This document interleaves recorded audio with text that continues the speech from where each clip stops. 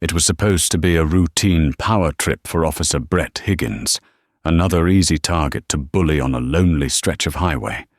He saw the luxury car, he saw the skin color of the driver, and he thought he had her figured out. He thought he was the predator.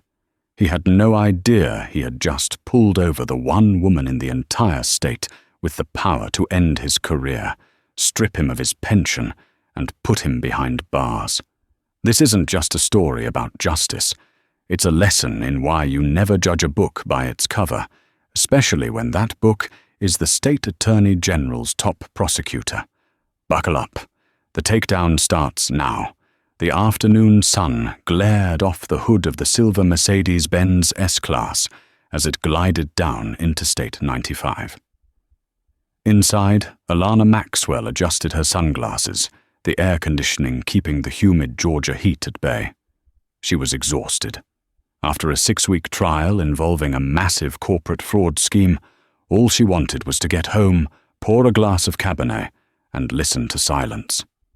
Alana was 42, though she looked 10 years younger. She wore a tailored charcoal blazer over a silk cream blouse. Impeccable, professional, and expensive.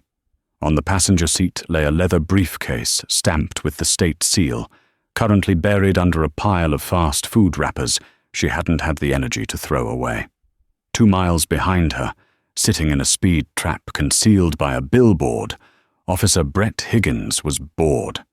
Higgins was a 20-year veteran of the force, a man whose physique had long since expanded past the limits of his tactical vest. He chewed on a toothpick, his eyes scanning the radar gun. "Come on, give me something," Higgins muttered to himself. He hated these slow Tuesdays. He wanted action. He wanted to feel like the big dog in the yard. Then the silver Mercedes flew past. "Gotcha!" Higgins grinned. The radar read 74 in a 65. It wasn't egregious. Most cops wouldn't even blink at 9 over on the interstate. But Higgins didn't care about the speed.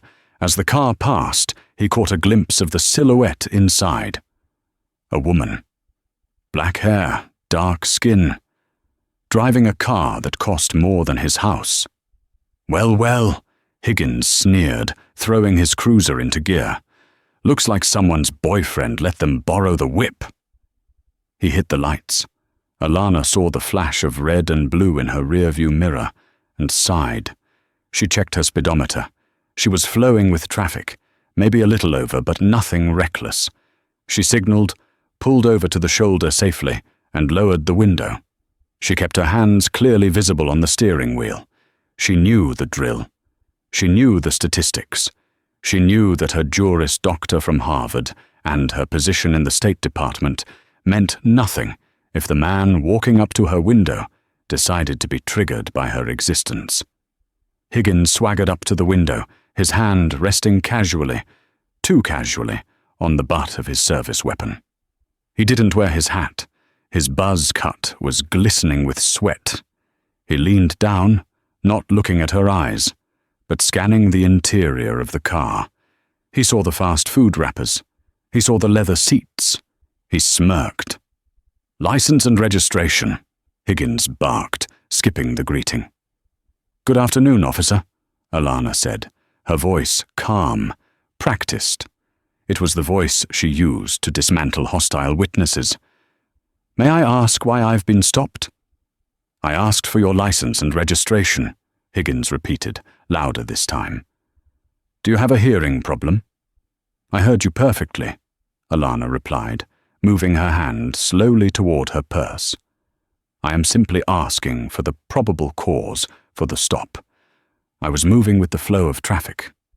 "You were doing 75 in a 65. That's speeding. Now stop stalling. Hand over the ID." Alana found her wallet. She pulled out her driver's license.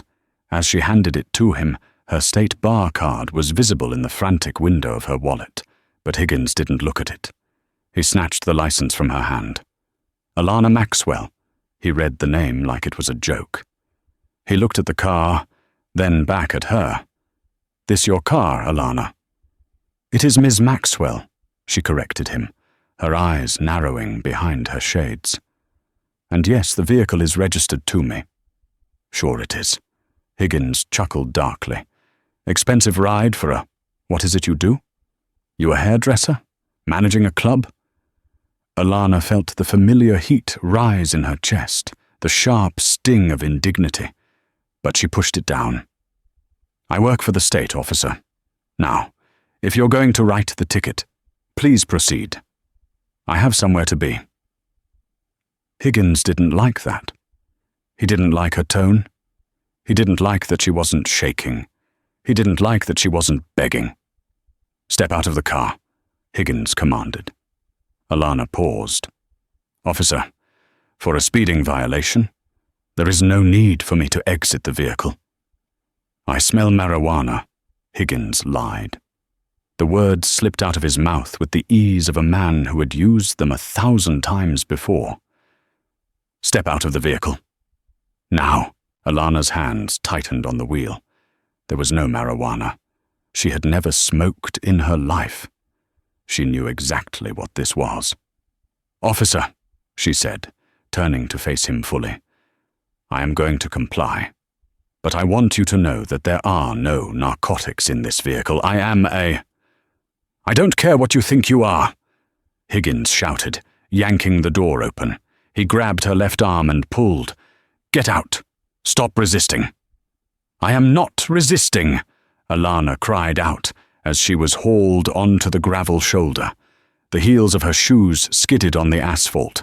Higgins spun her around, slamming her chest against the side of her Mercedes. The heat of the metal burned through her blouse. He kicked her legs apart. Officer Higgins, Alana said, her voice turning to steel. She twisted her head to look at his name tag. Badge number 4922. You are making a mistake. A massive, career-ending mistake. Is that a threat? Higgins laughed. He pulled his handcuffs from his belt. Resisting arrest. Threatening an officer. Possession of a controlled substance. You're having a bad day, sweetheart. He clicked the cuffs onto her wrists. Tight. Too tight. The metal bit into her skin. You have no probable cause to search my vehicle, Alana stated, wincing as he jerked her arms up. I got probable cause right here. Higgins tapped his nose. My nose never lies. He marched her to the back of his cruiser and shoved her into the cramped plastic back seat. It smelled of stale sweat and vomit.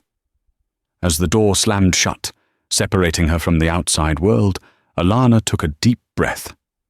She closed her eyes. She wasn't scared anymore. She was calculating. She watched through the mesh divider as Higgins began to tear her car apart. He was throwing her papers everywhere. He ripped open the glove box. He dumped her purse upside down on the passenger seat. Then, he picked up the briefcase. The leather briefcase with the gold-embossed state seal of Georgia. Alana watched him pause. He looked at the seal. He frowned. For a second, hesitation flickered across his face. But then, his ego took over. He popped the latches. Inside, there were no drugs. There were no weapons. There were only case files. Specifically, files stamped Internal Affairs Investigation, Corruption and Misconduct, Precinct 4. Precinct 4 was Higgins' precinct. Higgins stared at the file. He flipped it open. He saw photos, not of drug dealers but of other cops. He saw bank statements. He froze. In the back of the cruiser, Alana Maxwell smiled. It wasn't a happy smile. It was the smile of a shark sensing blood in the water. Read carefully, officer, she whispered to herself. Officer Brett Higgins stood by the side of the highway, the heavy Georgia humidity causing his uniform to stick to his back. But the sweat trickling down his spine now wasn't from the heat. It was a cold, prickling sensation of dread. He stared at the document in the briefcase. State of Georgia versus Sergeant Miller. That was his desk sergeant. Higgins swallowed hard. He looked back at the cruiser. The woman, Ms. Maxwell, was sitting in the back, staring straight ahead. She wasn't crying. She wasn't screaming for a lawyer. She was waiting. His mind raced. She's a Fed. No, state. Internal affairs? A prosecutor? Panic began to set in, but Higgins was a man who dealt with panic in one way: aggression. He couldn't back down now. If he let her go, she'd report him immediately. He'd be done. But if he booked her, if he found something, maybe he could discredit her. Maybe he could make the story about her erratic behavior. He needed to control the narrative. He slammed the briefcase shut and threw it into his trunk. He wasn't going to log that as evidence. Not yet. He marched back to the driver's seat of his cruiser and keyed the radio. "Dispatch, this is 4 Baker 2. I have one in custody, transporting to station, requesting a tow for a silver Mercedes." "Copy 4 Baker 2. Charges: DUI, resisting, and suspicion of distribution." He looked in the rearview mirror. Alana's eyes met his in the reflection. "You didn't find anything," Alana said. Her voice was muffled by the plexiglass, but clear enough. "You looked through a privileged legal briefcase, which is a violation of the Fourth Amendment, and you found nothing. Now you're fabricating charges." "Shut up," Higgins snapped. "I found paraphernalia, and you were swerving. I'm taking you in for a blood test." "Officer Higgins," Alana said, her voice eerily calm. "Do you know who the district attorney is for this county?" "I don't care who your friends are." "His name is Robert Vance, and I was on my way to a dinner meeting with him. When I don't show up, he will call my phone, which is currently on the front seat of my car, where you left it." Higgins hesitated. He looked at the passenger seat of her car. Her phone was buzzing. He cursed under his breath. He got out, grabbed her phone, and shoved it into his pocket. He wasn't going to let her talk to anyone, not until he had her processed and in a cell. The drive to the station was silent. Higgins drove aggressively, trying to rattle her, braking hard at lights. Alana didn't flinch.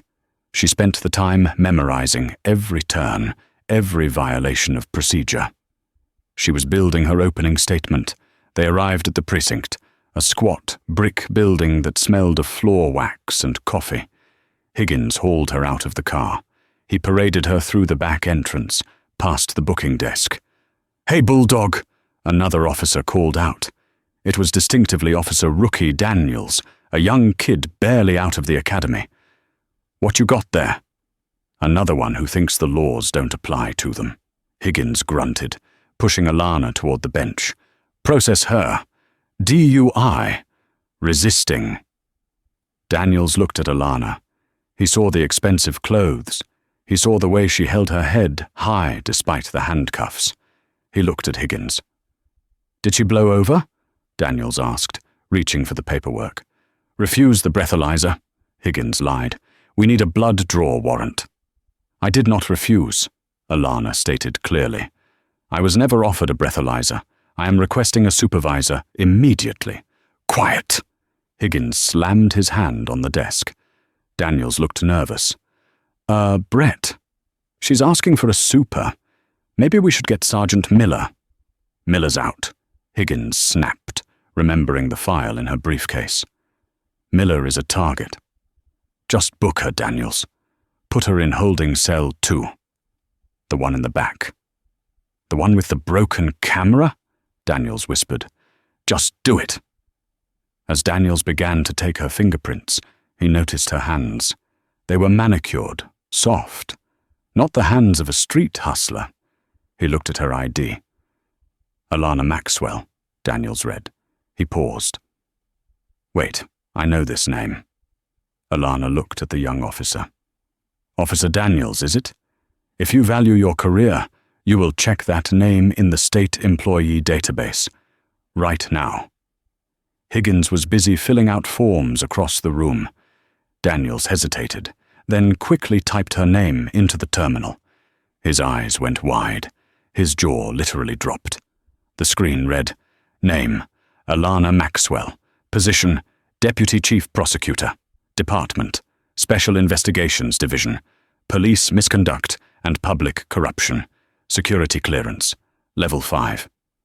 Daniels felt the blood drain from his face. He looked at Alana.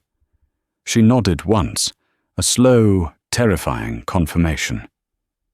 "Officer Daniels," she whispered, "you have 30 seconds to decide which side of history you want to be on.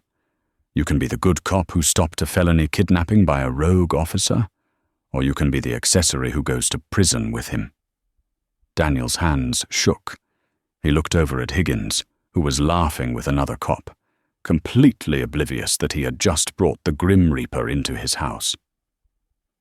"I can't," Daniels stammered. "Call the captain," Alana commanded. "Not the sergeant. Captain Reynolds. Tell him Alana Maxwell is in the building and she is in handcuffs. Do it now." Daniels swallowed. He finished the fingerprinting, his fingers trembling so much the machine beeped an error twice. "Higgins!" Daniels called out, his voice cracking. "I gotta go to the bathroom. You watch her?" "Geez, kid, you got a bladder the size of a peanut." Higgins rolled his eyes. "Go. I'll put her in the cell." Higgins walked over, grabbed Alana by the arm again, and dragged her toward the dark corridor leading to the holding cells. "You think you're smart, scaring the rookie?"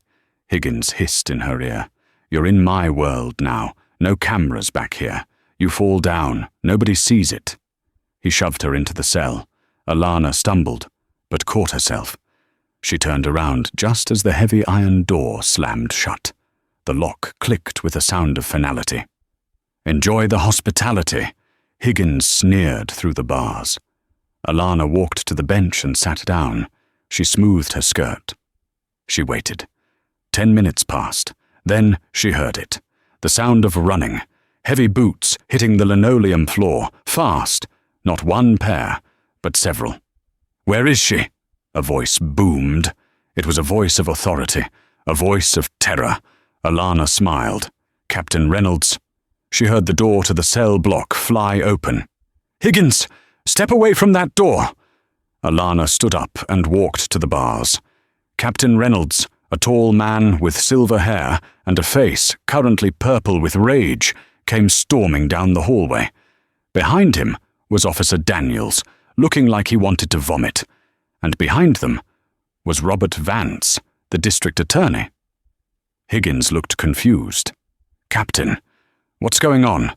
I just bagged a DUI. She was—" "Unlock that door!" Reynolds didn't yell. He spoke with a deadly quiet that was far worse. "Unlock that door right now, or so help me God, I will shoot the lock off myself." Higgins fumbled for his keys. "Captain, she's resisting. She refused the—" "Shut your mouth!" Reynolds roared. Higgins got the door open. Robert Vance rushed in. "Alana! Alana, are you hurt?" Alana stepped out of the cell. She held up her wrists, still bound in the tight cuffs. The skin was bruised and red. "I'm fine, Bob," she said coolly. She turned her gaze to Higgins. Higgins looked from the captain to the DA to Alana. The realization hit him like a freight train. The color vanished from his face. His knees actually buckled. "Captain," Higgins whispered. "Who is she?" Alana Maxwell stepped forward, forcing Higgins to step back. "Officer Higgins," she said, her voice echoing in the silent hallway. "I am the woman who is going to ensure you never wear a badge again. And I'm the woman who is going to prosecute you for kidnapping, assault, and official misconduct." She turned to Captain Reynolds. "Captain, I want this man arrested. Read him his rights. I want it done by the book, exactly the way he didn't do it for me." The silence that followed was heavy, suffocating. Higgins looked at his captain, searching for a lifeline. Captain Reynolds looked at Higgins with pure disgust. He reached for his own handcuffs. "Brett Higgins," the captain said, "turn around. Put your hands behind your back." The atmosphere inside the precinct had shifted from the stale boredom of a Tuesday afternoon to the electric, suffocating tension of a bomb site. The air was thick with it. Every officer in the bullpen had stopped working. Phones were ringing unanswered. Eyes were darting between the holding cell corridor and the captain's office. Officer Brett Higgins, a man who had walked these halls for 20 years like a king, was now being marched through them like a common criminal. His hands were cuffed behind his back, the metal biting into his wrists just as hard as it had bitten into Alana's. But unlike Alana, Higgins had no dignity in his posture. He was hunched, his face a mottled map of red rage and pale fear. Captain Reynolds shoved him toward the booking desk, the very same desk where Higgins had sneered at Alana 20 minutes prior. "Empty your pockets, Higgins," Reynolds barked. "Everything. Badge, wallet, keys, the unauthorized piece you keep in your ankle holster. All of it." Higgins looked around the room, his eyes pleading with his fellow officers. "Guys, are you seeing this? I arrested a perp. She was resisting. Reynolds is losing it." Nobody moved. The blue wall of silence, usually so impenetrable, was cracking under the weight of who exactly Higgins had arrested. They knew Alana Maxwell. They knew her reputation. She was the one prosecutor who didn't play golf with the police union reps. She was the one who sent the corrupt police chief of Startling County to federal prison 3 years ago. Alana stood by the wall, rubbing her wrists. DA Robert Vance was hovering over her, speaking in hushed, frantic tones about lawsuits and medical attention. But Alana wasn't listening. Her prosecutor's brain had already overridden her trauma. She was scanning the room, cataloguing evidence. "Captain Reynolds," Alana's voice cut through Higgins's spluttering. It was sharp, authoritative. "Before you book him, I need you to secure his cruiser, specifically the trunk." Higgins froze. "Why?" Reynolds asked, turning to her. "Because," Alana said, walking slowly toward the booking desk, her heels clicking ominously on the linoleum. "Officer Higgins told me he smelled marijuana to justify pulling me out of the car. I don't smoke, I don't carry drugs. But he was very confident he would find something, which means the something is likely already in his possession, waiting to be planted." "That's a lie!" Higgins screamed, straining against the cuffs. "She's lying. She's a lawyer. That's what they do." "Officer Daniels," Alana turned to the rookie, who was still trembling in the corner. "You have the keys to Vehicle 4 Baker 2? Daniels nodded, holding up the keys Higgins had tossed on the desk earlier. "Go with the captain," Alana instructed. "Open the trunk. Look for a drop bag. Usually a sandwich bag with cheap shake or a few loose pills. It'll be in his kit bag or tucked in the spare tire well." Reynolds snatched the keys from Daniels. "Stay here, Daniels. Watch him. If he moves, tase him." Reynolds stormed out the back door. The silence that followed was agonizing. Higgins was sweating profusely now, the droplets running down his nose and dripping onto the booking counter. He wouldn't look at Alana. Alana walked right up to him. She leaned in close, her voice a whisper that only he could hear. "You picked the wrong day, Brett. And you definitely picked the wrong driver. Did you even look at the file in my briefcase? Or were you too busy fantasizing about how you were going to ruin my life?" Higgins gritted his teeth. "You think you can touch me? The union will have me out in an hour. This is a misunderstanding. I made a judgment call." "You made a felony stop without probable cause," Alana corrected him. "You kidnapped a state official, and in about 2 minutes you're going to be charged with possession with intent to distribute, assuming the captain finds what I think he's going to find." The back door flew open. Captain Reynolds walked in. He wasn't empty-handed. In his latex-gloved hand, he held a clear plastic baggie containing a few grams of what looked like methamphetamine. The room gasped. Reynolds walked up to Higgins and held the bag inches from his face. "Found this in your tactical bag, Brett, tucked right inside your extra socks. You want to tell me why you're carrying meth in a patrol car?" Higgins's face went grey. It was evidence from a bust yesterday. I forgot to log it. Honest mistake. You haven't made a drug bust in 3 weeks, Reynolds said coldly. We checked the logs. Reynolds turned to the booking officer. Add possession of a controlled substance and tampering with evidence to the charge sheet. And get him out of my sight. Put him in cell 2. No! Higgins shouted as they grabbed him. Not cell 2. That's where the camera is broken. Alana finished his sentence. She smiled, a cold, hard expression. I know. You told me. Seems fitting. As they dragged Higgins away, kicking and screaming about his rights he had so casually denied Alana, D.A. Vance put a hand on Alana's shoulder. Alana, we need to get you to a doctor. Your wrists are bleeding, and we need to document the bruising on your arm before it fades. Alana looked at her arm. A large, dark purple contusion was forming where Higgins had grabbed her. She felt the throb of pain for the first time. Not yet, Bob, she said, turning back to the captain.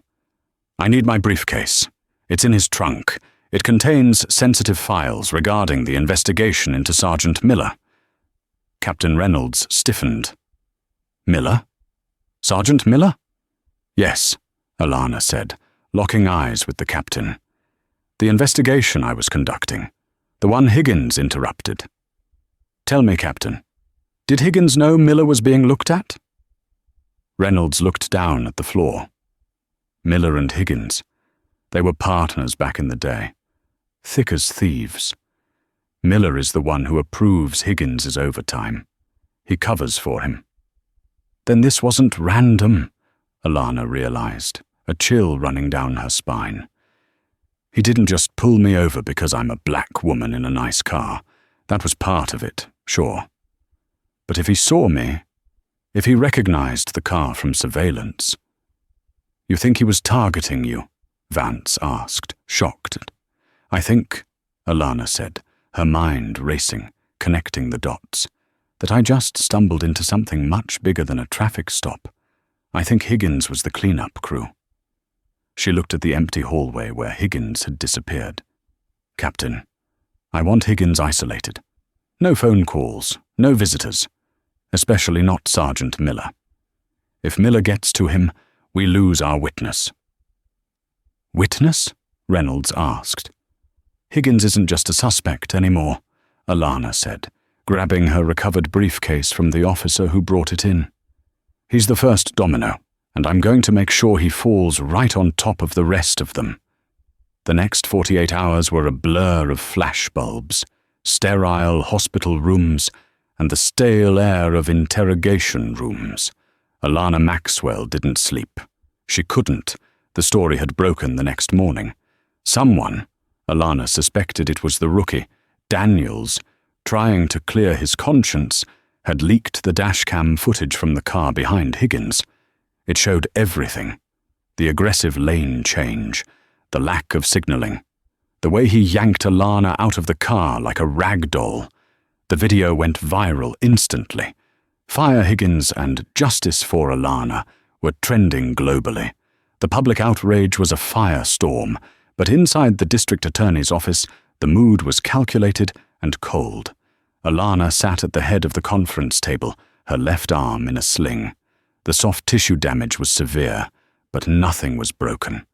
Opposite her sat Robert Vance and a team of 3 senior investigators. We have a problem, Vance said, sliding a tablet across the table. The police union rep, lush-faced Tony Garetto, just gave a statement. They're claiming Higgins was acting on an anonymous tip that your vehicle matched the description of a car involved in a drug trafficking ring. They're trying to build a good faith defense. It's garbage, Alana said, dismissing it with a wave of her good hand. There was no tip. Dispatch logs are clear. He called it in as a speeder. They're going to dirty you up, Alana, Vance warned. They're already digging through your trash. They're looking for ex-boyfriends, unpaid parking tickets, anything to paint you as anti-police or unstable. Let them look, Alana said. My life is boring, Bob. That's why I'm so good at my job. I have nothing to hide. But they do. She opened the file, the one Higgins had seen, the one that had started this whole war. Sergeant Miller, Alana began, pointing to a grainy photo of a beefy man shaking hands with a known local mobster. He runs the evidence locker at Precinct 4. For the last 6 months, cocaine and cash seizures have been coming up light. We're talking 10% skimmed off the top. We knew Miller was involved, but we couldn't prove how he was moving it. And now? Vance asked. Now we have Higgins, Alana said. We found the meth in his car, but we also found a burner phone in his glove box. We cracked it an hour ago. She projected an image onto the screen. It was a text message thread. Contact. Sarge time. 2:15 p.m., 10 minutes before the arrest. Message. Target spotted. Silver Benz. Southbound I-95. She has the files. Stop her. Scare her. Get the bag. The room went silent. He was ordered to do it, one of the investigators whispered. It was a hit. Not a hit, Alana corrected. An intimidation play. They wanted the briefcase. They knew I was closing in on Miller, and they thought if they could rough me up, plant some drugs, and destroy my credibility, the investigation would go away. They thought I'd be too busy fighting a DUI charge to prosecute them. So Miller ordered the stop, Vance said, rubbing his temples. This moves it from misconduct to conspiracy, kidnapping, racketeering. Exactly, Alana said. But Miller isn't the head of the snake. He's a sergeant. He doesn't have the reach to know my travel schedule. He didn't know I was on I-95. Someone higher up fed him that intel. Alana stood up, ignoring the throbbing pain in her shoulder. I want to talk to Higgins. Alana, you can't, Vance said. You're the victim. It's a conflict of interest. I'm not going in as the prosecutor, Alana said, her eyes flashing. I'm going in as the woman he assaulted. I have a right to face my attacker. And while I'm there, if he happens to want to cut a deal to save his own skin, who am I to stop him? Vance hesitated, then sighed. Off the record. No recording devices. Just you and him. An hour later, Alana walked into the interview room at the county jail. Higgins sat at the metal table. He looked terrible.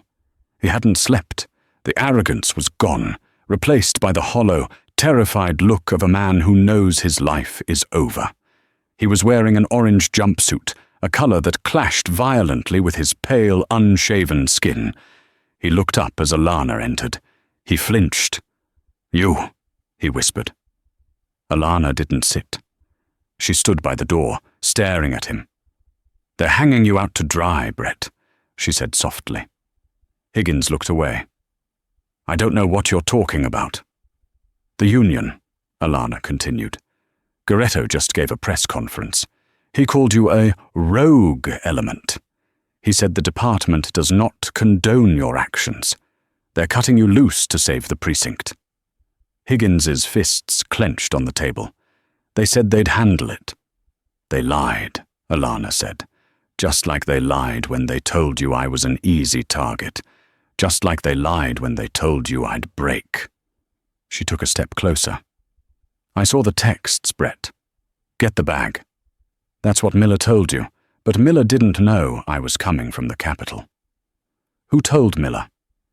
Higgins stayed silent, but his breathing grew ragged. You're looking at 20 years, Alana said, laying out the reality. Kidnapping, assault on a public official, possession with intent, conspiracy. You'll be nearly 70 when you get out. And ex-cops don't do well in general population, Brett. You know that better than anyone. Higgins looked up, tears welling in his eyes. If I talk, they'll kill me. If you don't talk, you die in prison, Alana countered. But if you give me Miller, and whoever Miller answers to, I can put you in protective custody. I can get you a federal facility, safe, clean, and I can knock that 20 years down to 5. Higgins trembled. He looked at the mirror, knowing his former friends might be watching, or at least that they would find out. "It wasn't just Miller," Higgins whispered, his voice shaking. Alana leaned in. "Who, Brett? Who gave the order?" Higgins swallowed hard. "It came from the top, the chief, Chief O'Connell." Alana froze. Chief O'Connell was a legend, the man who was supposed to be running for mayor next year, the man who had given Alana an award for service 2 years ago. "O'Connell is on the payroll?" Alana asked, her voice steady despite the shock. "O'Connell is the payroll," Higgins said, the dam breaking. "Miller just moves the product. O'Connell washes the money through his real estate deals. He knew you were investigating the precinct. He tracked your car through the traffic cams. He told Miller to stop you before you could bring the files to the DA. Alana stared at him. This was massive. This was the biggest corruption scandal in the state's history. "You're going to need to testify to that," Alana said. "I will," Higgins said, putting his head in his hands. "Just get me out of here, please. Miller has guys in this jail. I won't last the night." Alana banged on the door. The guard opened it. "Get him out," Alana ordered the guard. "Move him to federal holding. Now. If anything happens to this man, I will hold you personally responsible." As they led Higgins away, he looked back at Alana. It wasn't a look of hatred anymore. It was a look of pathetic gratitude. Alana walked out of the jail and into the bright sunlight. Her arm throbbed, but she didn't care. She pulled out her phone and dialed Vance. "Bob," she said, her voice hard as granite. "Get the RICO warrants ready. We're not just taking down a precinct. We're taking down the chief of police." The safe house was located in an unassuming suburb, 20 miles outside the city limits. It was a plain, beige, split-level house that looked like it belonged to a retired accountant. Inside, however, it was a hive of high-tech surveillance. FBI agents moved room to room with purpose, their holstered weapons the only sign that this wasn't a casual gathering. Alana Maxwell sat in the kitchen, her arm still in a sling, watching a monitor. On the screen was Officer Brett Higgins. He was sitting in a soundproof room in the basement, a phone in front of him. He looked like a man walking to the gallows. "Are we ready?" Alana asked. She didn't look at the agents. Her eyes were fixed on the traitor cop who was now her only link to the top. Special Agent Miller, no relation to the corrupt sergeant, nodded. "We're recording. The trace is active. Remember, Alana, we need O'Connell to explicitly implicate himself. Ambiguity is the enemy here. A good defense lawyer can spin 'take care of it' to mean 'file the paperwork.' We need him to say something that can't be spun." Alana pressed the intercom button. "Higgins, do you remember the script?" Higgins nodded on the screen, sweat beading on his forehead. "Yeah. I tell him I made bail. I tell him I still have the briefcase. I tell him I want money to disappear." "Make him believe you," Alana said, her voice cold. "Your life depends on it.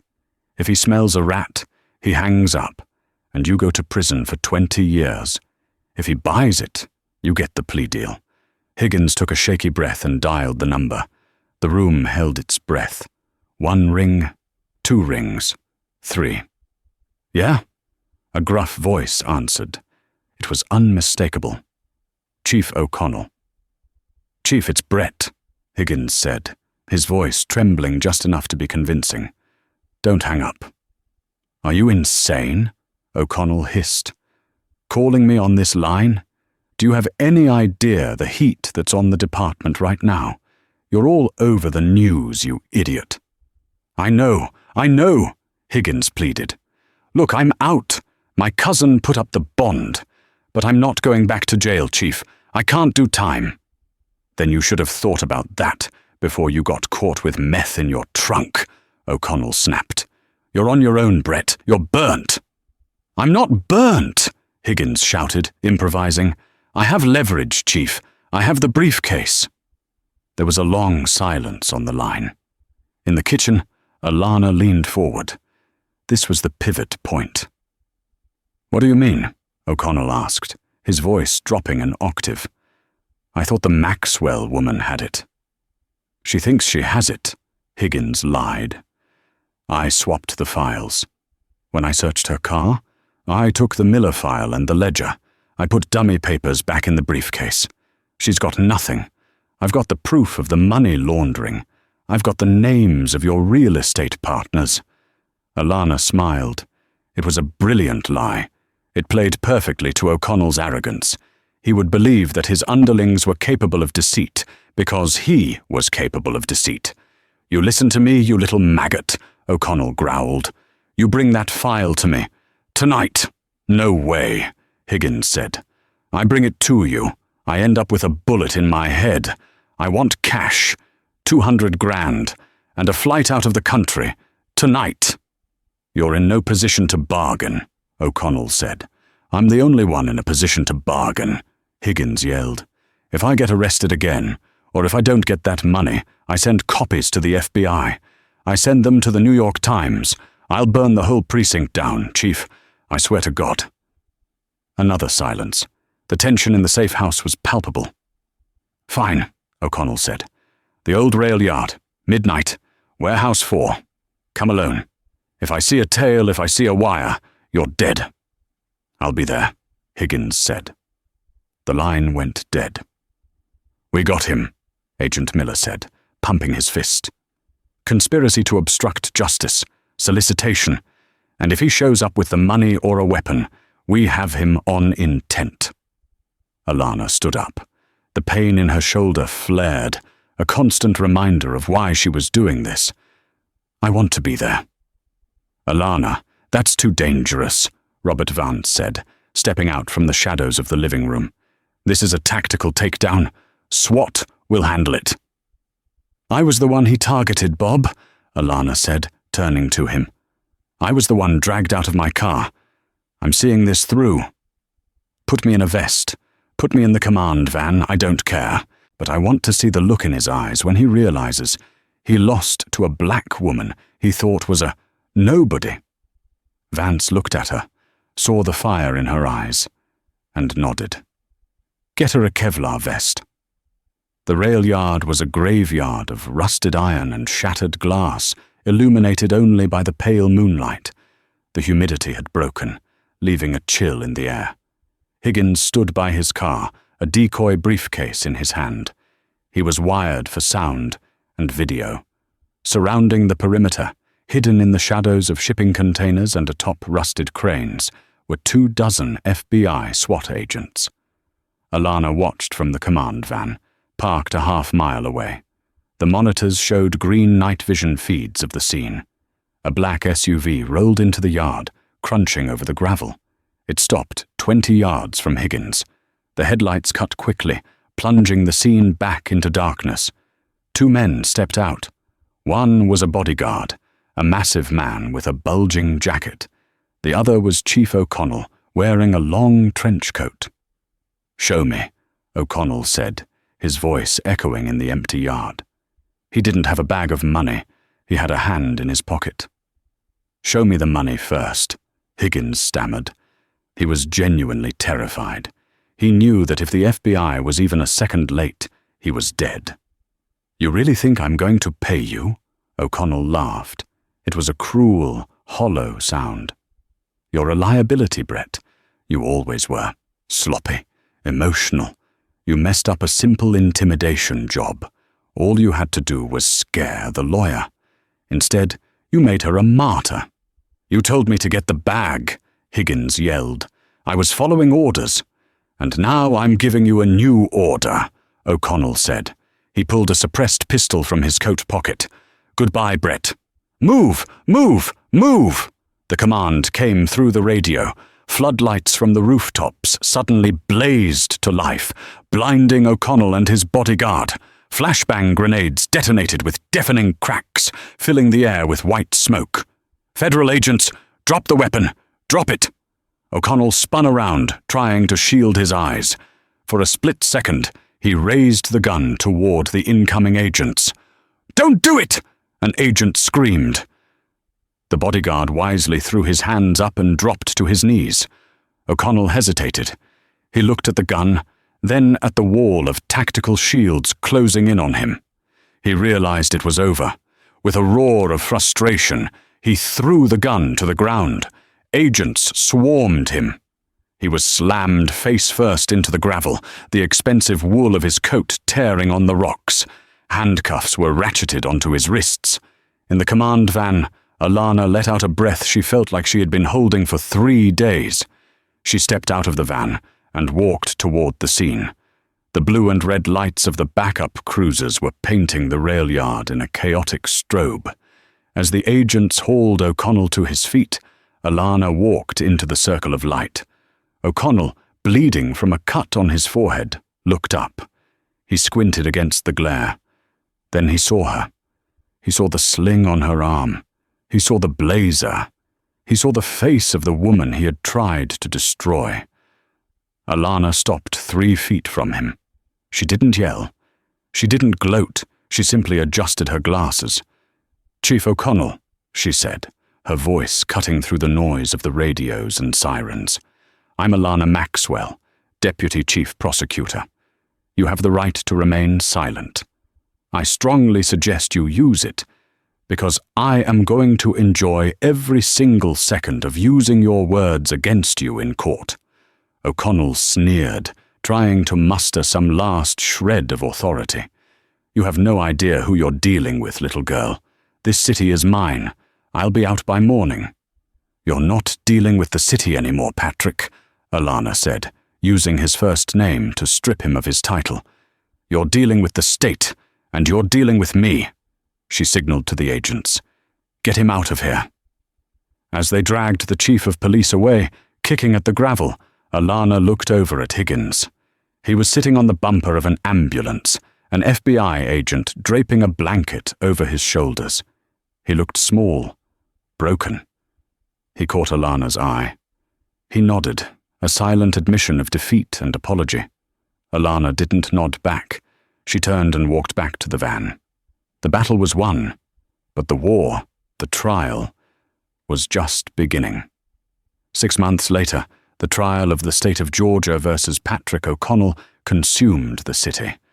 It wasn't just a legal proceeding, it was the trial of the decade.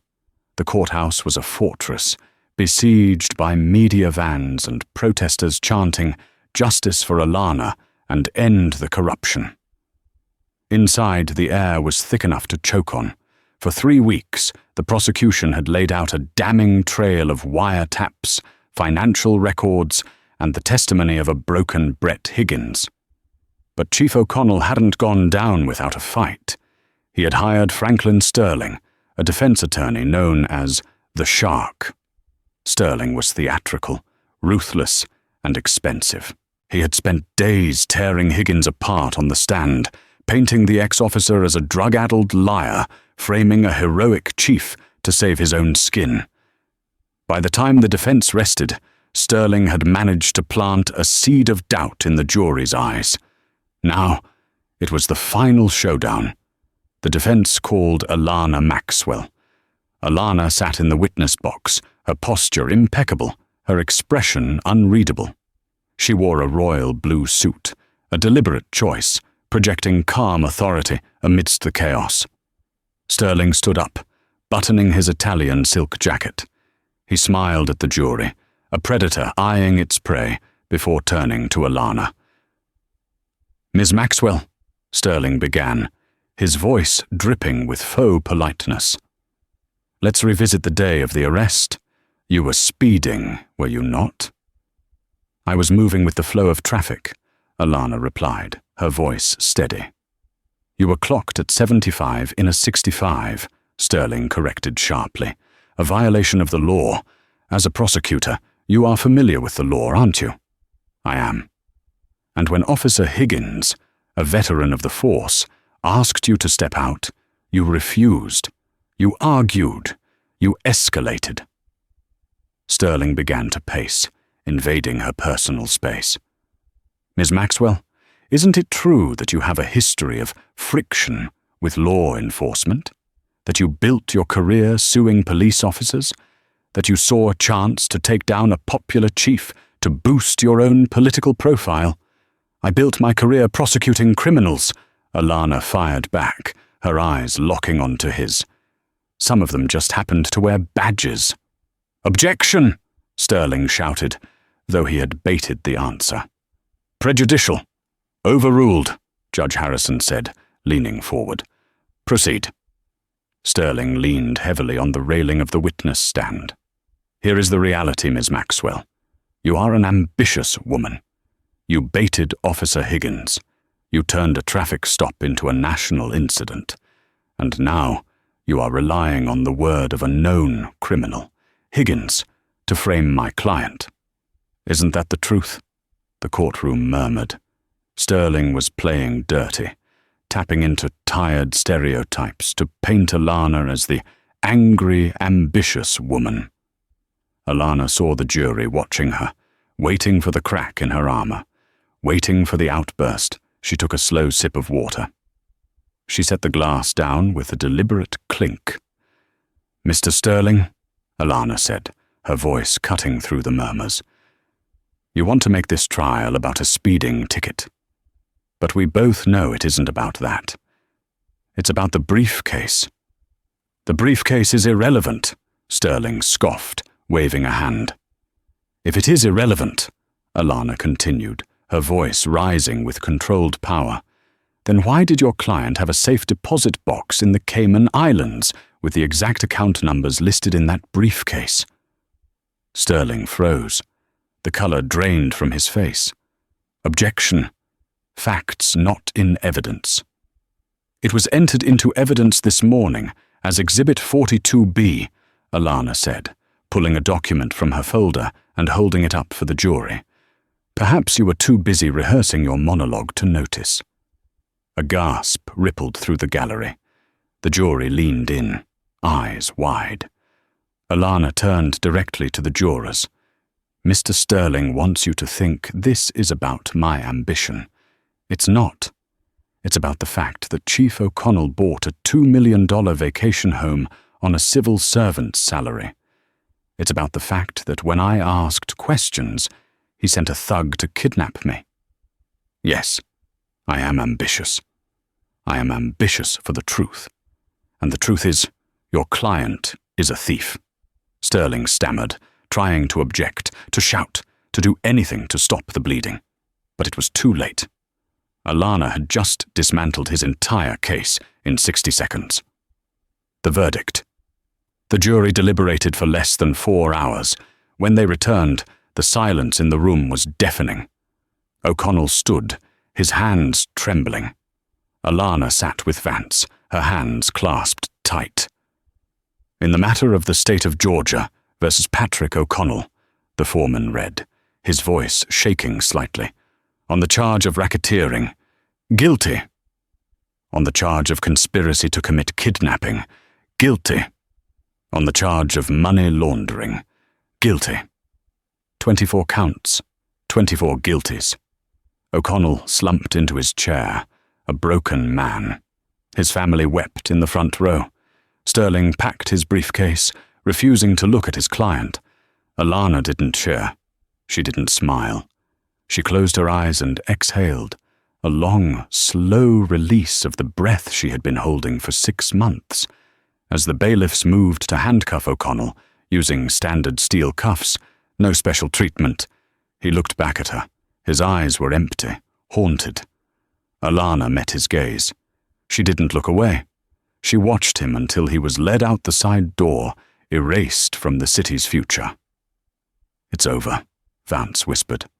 "No," Alana said, standing up and smoothing her blazer. "Now the real work begins." 1 year later, the sun beat down on the exercise yard of the Georgia State Penitentiary. It was a harsh, unforgiving place.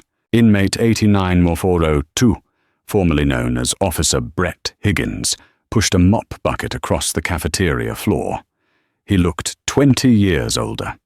His hair was grey and thinning. He had lost 50 pounds. He wasn't a cop here. He was the lowest of the low, a dirty cop who had ratted on his boss.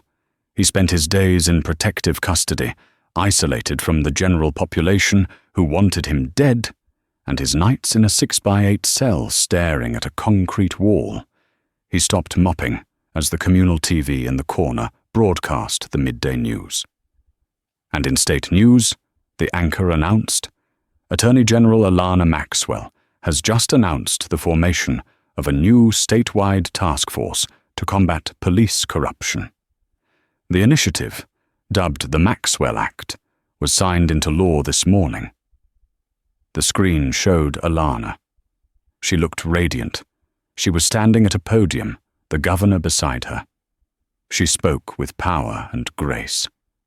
"We cannot have a system where the badge is a shield for criminality," Alana said on the screen. "We will restore trust.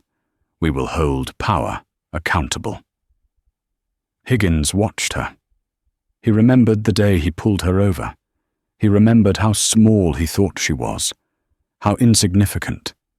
He realized now that he had been the insignificant one. He was a footnote in her biography, a cautionary tale. "Hey, keep moving, 89402, a guard shouted, banging a baton on the table. Higgins flinched, a reflex he had developed over the last year. "Yes, sir. Sorry, sir." He dipped the mop into the grey, dirty water and continued to scrub. This was his life now, scrubbing the filth, just as he had been part of the filth. In a different prison, a federal facility in Florida, Patrick O'Connell sat in the library. He was reading a legal textbook, trying to write his own appeal because he could no longer afford a lawyer. His assets had been seized. The houses, the cars, the offshore accounts, all gone. His wife had divorced him and taken the kids to Ohio. He saw the news, too. He saw Alana Maxwell's face on the cover of Time magazine, lying on the table next to him. The headline read, "The Unbreakable Prosecutor." O'Connell stared at the image.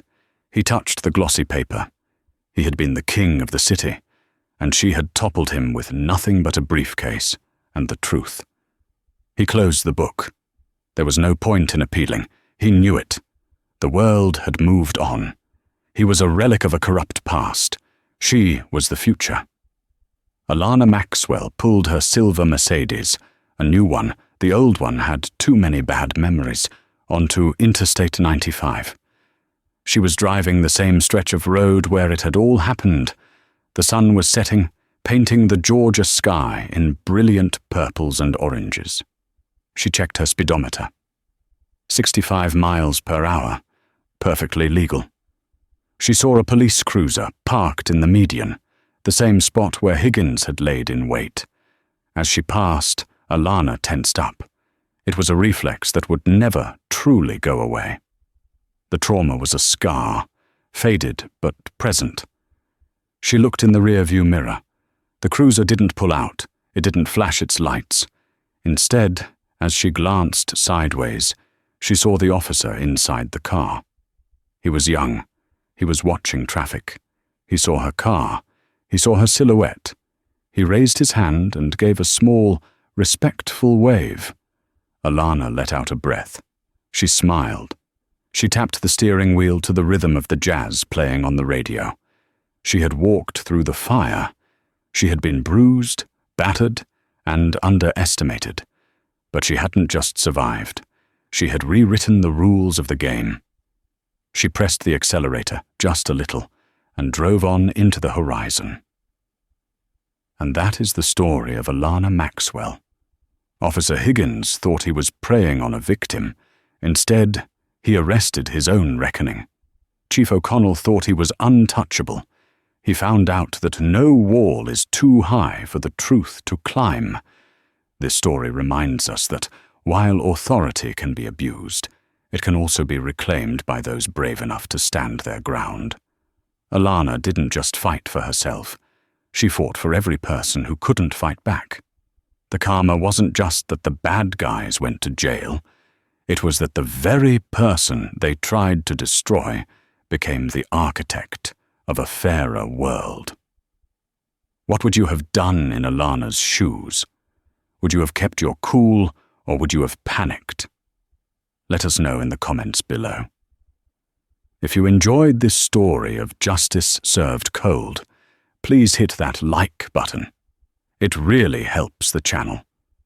Don't forget to subscribe and ring the bell so you never miss a story about karma, justice, and the twists of fate. Share this video with someone who needs to be reminded that sometimes the good guys actually win. Thanks for watching, and see you in the next one.